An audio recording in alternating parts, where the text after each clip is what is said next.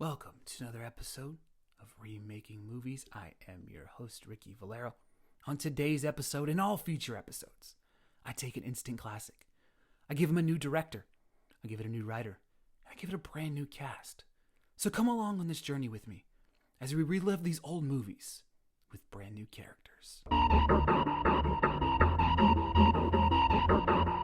Welcome to the second episode of Remaking Old Movies. I am your host, Ricky Valero. On today's episode, I'm going to be remaking the 1989 Tim Burton film, Batman.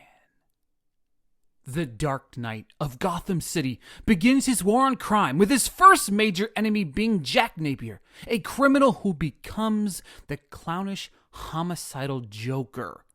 The film was written and directed by Tim Burton, starring Michael Keaton as Batman, Jack Nicholson as the Joker, Kim Basinger as Vicky Vale, Pat Hingle as Commissioner Gordon, Billy D. Williams as Two-Face, and Michael Gough as Alfred. The 1989 version was very Tim Burton-ish, you could say, somewhat hokey, somewhat cheesy, and that's fine. But for me, I like a more serious Batman style of film. So the first thing I'm going to do is I'm going to change the tone of the film by hiring a great writer/director, Academy Award-winning Spike Lee. I've always wanted to see what Spike Lee would do in the world of superheroes, and I think Batman is the perfect character for us to see that come to fruition. So now that I got my writer and my director, let's get to the cast. Now what my thinking is I want to build a trilogy here. 3 films, so I need to have some individuals young enough that could portray these actors for several years to come. So, for Commissioner Gordon, I went a little bit off the wall with this one, Paul Walter Hauser. I think he's a fantastic, underrated actor that is perfect for this role. Switching on over to Alfred, Bryan Cranston. I need an older mentor that could pull off this role. But I want somebody in the early stages of Batman, so we need a little bit of a younger Alfred, but old enough. Again, we're building this as a trilogy here to start off with. Harvey Dent, played originally by Billy D. Williams. Who I'm going to cast for this role is Donald Glover. This is the very early stages of Harvey Dent, but we would be setting up a future movie with Glover turning into Two-Face.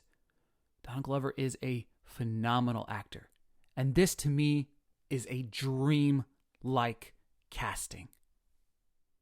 Kim Basinger was a fantastic Vicky Vale. So I had to go back and forth. Who am I going to get to portray this role, to elevate it to another level, to really bring this character to life? And I went with Carey Mulligan. Her work on Promising Young Woman really enhanced what I would see in a Vicky Vale. So that's why I went with her in this role. Now, getting away from Tim Burton's hokey style of Joker, which is kind of comedic, funny-ish, like Jack Nicholson was, I wanted to go dark. And this person came to my mind, the first person that came to my mind, after watching him on Ozarks, Tom Pelfrey. I think that he would be the ideal transformation from start to finish, from the beginning stages of Joker to the full-blown madman version of Joker. Tom Pelfrey is a phenomenal actor, and I think he would kill it in this role. This one was hard. Obviously, time to cast Batman. Again, going with a younger version, but somebody that can play him over time. But for me, I want a physical specimen, but also with the idea of somebody that can take the role of Bruce Wayne as well. You've got to be good at both. So I went with a guy that I know looks damn good in a suit. But he's got a soothing voice. He could kick ass. He's a physical specimen. Just thinking about this right now, I'm printing money. Aldous Hodge. This guy is the ideal candidate for Batman for so many different reasons, ones I just mentioned. But the way he carries himself, the way he walks into the room, that is Bruce Wayne.